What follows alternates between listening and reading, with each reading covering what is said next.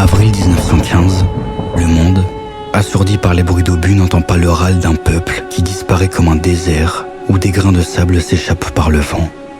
Il a 10 ans quand s'abat le génocide. Arraché de sa terre avec sa mère, il quitte l'obscur pour le pays des Lumières. Traumatisé par l'inhumanité, par soif d'égalité et de liberté, il s'investit dans la fraternité des camarades pour lutter contre l'oppression naissante. Mais cette dernière monte. La guerre, tant redoutée, ressurgit des entrailles du passé. Montmartre, qu'il garde, tombe. Les ténèbres envahissent le monde, enfermant l'espoir dans un cercueil ou une cage. Là, il manipule, joue le jeu, rasant des barbes d'officiers plutôt que des murs, battant des cartes pour se fondre parmi eux. On le libère tout en le gardant sous la main.